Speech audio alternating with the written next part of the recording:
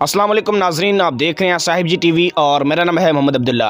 नाजरीन, यूरोप ने 8 मार्च 1911 को पहली बार औरत को तस्लीम किया और वुमन डे मनाया, जबकि हमारे नबी सल्लल्लाहु अलैहि वसल्लम ने 1400 साल पहले इस औरत को ज़िंदगी दी, फिर इसे पहचान दी हर रिश्ते की। अगर माँ है तो जन्नत है, अगर बेटी है तो रहमत है, अगर बहन है तो गैरत है, अगर बीवी है तो इज्जत है। यूरोप ने सिर्फ नफरत की है। इसने कहा बाबा आदम को जन्नत से सिर्फ औरत की वजह से निकाला गया, इसलिए उसने सिर्फ दोस्त, गर्लफ्रेंड और टाइम पास ही समझा। रियासत की पस पर्दा और ज़ाहरी हमायत के बलबूते पर चंद मगरबी फिक्री एजेंटों का मुखसिर सा टोला औरत मार्च के नाम पर मगरबी गलीज लिबरल फ़िक्र की बीमारी के साथ पाकिस्तान के मुआशरे पर हमला आवर हैं। ताहम मीडिया में मौजूद मगरब नवाज टोले के भरपूर हमायत के बावजूद पाकिस्तान के अवाम ने इनको सख्ती से मुस्तरद कर दिया है, जिसमें हमारी माओं, बहनों और बेटियों का किरदार खसूसन काबिल सताइश है। अपने साथ हमदर्दी का नाटक रचाने वाले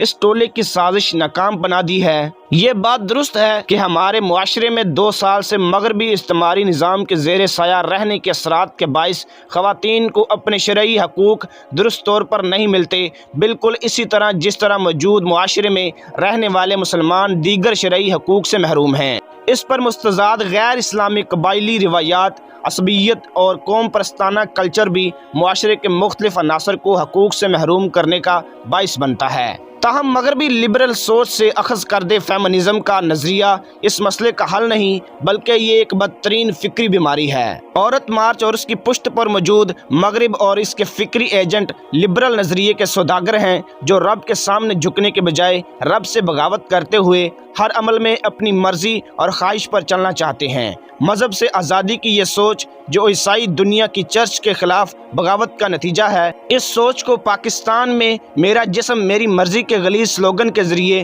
फैलाने की कोशिश की जा रही है। लिबरल नज़रिया इंसानी जहन की पैदावार होने की वजह से फ़िक्री गहराई से महरूम है और औरत और मर्द के ताल्लुक़ की तंजीम और उनके दरमियान आइडल ताउन का निज़ाम तश्कील देने से कासिर है। इसलिए लिबरल्स ने मर्द और औरत को बाइना एक करार दे दिया है। लिबरल सोच मर्दों और औरतों को हर मामले में एक ही रोल देने की कोशिश करती है, और जहां औरत मर्द नहीं बन पाती तो वो उसे औरत के हकूक़ की पामाली करार देते हैं। औरत की तज़लील में इजाफा करने के लिए औरत मार्च संगे मील साबित होगा, क्योंकि दुनिया के 10 नामवर रेपिस्ट मुल्क में कोई भी मुस्लिम मुल्क नहीं। और औरत मार्च से सवाल है, दुनिया के टॉप 10 में फहाशा औरत किन ममालिक में है? सब अंग्रेज़ ममालिक हैं।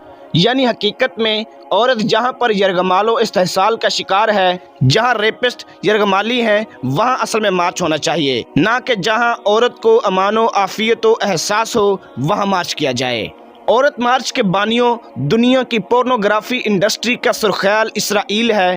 क्या इसराइल के इस सनत के खिलाफ दुनिया के NGOs मार्च कर सकती हैं? लिबरल नज़रिए के मुकाबले में इस्लामी तहजीब ला इलाहा इल्लल्लाह की बुनियाद पर खड़ी है, जो ज़िंदगी के हर एक पहलू में अल्लाह की बंदगी और फरमाबरदारी पर मबनी है। अल्लाह सुब्हानहू व तआला खालिक होने की हैसियत से बखूबी जानते हैं कि मुआशरे में मर्द और औरत का दुरुस्त रोल क्या होना चाहिए। भला वो नहीं जानेगा जिसने पैदा किया, इस पर वो बारीक बैन और ख़बरदार भी हो। बस इस्लामी तहजीब में मर्द और औरत में ना तो बराबरी और ना ही बर्तरी या कमतरी की कोई बहस मौजूद है।